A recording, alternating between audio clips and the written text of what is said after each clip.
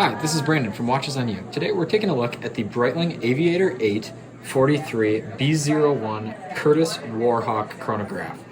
Now, before I start this review, I want to remind you that we're here at Continental Diamond in St. Louis Park taking a look at this watch. And I'd also like to remind you that we'll be leaving a link in the description to their website as well as to our channel store where we've listed our favorite watches and watch accessories for sale. Now, moving on to this piece. So as I said, this is the Breitling Aviator 8 Curtiss Warhawk chronograph. Now, this watch is inspired from the Warhawk, or the P-40 Warhawk aircraft that was used in World War II, and again plays into the whole aircraft heritage aspect of the Breitling brand, and I really like how they executed this piece. It was done with class, and really, it's not overly indicative of the fact that it's kind of a special edition, and I really like that. Breitling is definitely toning down their kind of execution of such watches. When really in the past they've done more things like if you look at the old Breitling for Bentley watches that are just a little bit obnoxious in my opinion, this is a far cry from that. And I really love the, again, the militaristic elements of this piece. I love the red pip at 12 o'clock on the bidirectional bezel. And by the way, this bezel is extremely smooth. I would highly encourage you to check it out if you're at a Breitling AD. It really, there's nothing else on the market that feels like it. But anyways, I also love the other color elements on the dial. It looks very militaristic with the army green coloring and the red accents as well. So moving on to the rest of the case. So this watch is a 43mm case, which is fairly typical of a sports chronograph like this. It's got 100 meters of water resistance, which is, again, for a chronograph is adequate.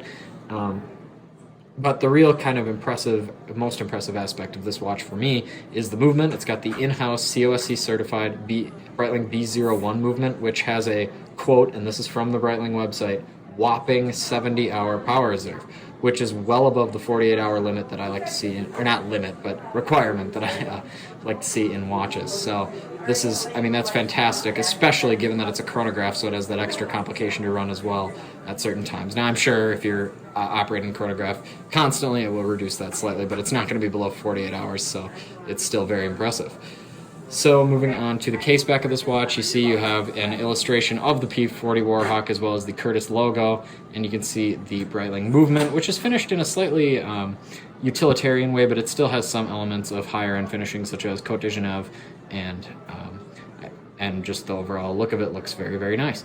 So I'll demonstrate the chronograph function. So in order to execute or to operate the chronograph, you push the top pusher, and you see the red second hand will start moving around the dial. To stop the chronograph, you push the top pusher again, and then to reset, push the bottom pusher.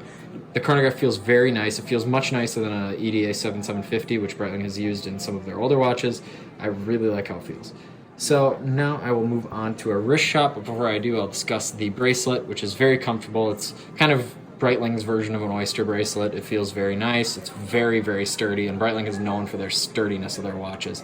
It's got a nice safety latch on the clasp, which is fairly easy to operate, and then it has the classic deployant style clasp made by Breitling. It's very thick. This one's actually not quite as thick as some of the older models, but it's still, when compared to other brands, quite thick and tough. So I'll try the watch on. And the 43mm case size should not be that much of an issue for really anyone. I have about a 6.5 inch wrist in circumference, so that's probably about average to slightly above average, at least here in America. And it, I think, looks fantastic. So if you like this video, please remember to subscribe and share, and remember, at Continental Diamond in St. Louis Park, Minnesota. Thanks.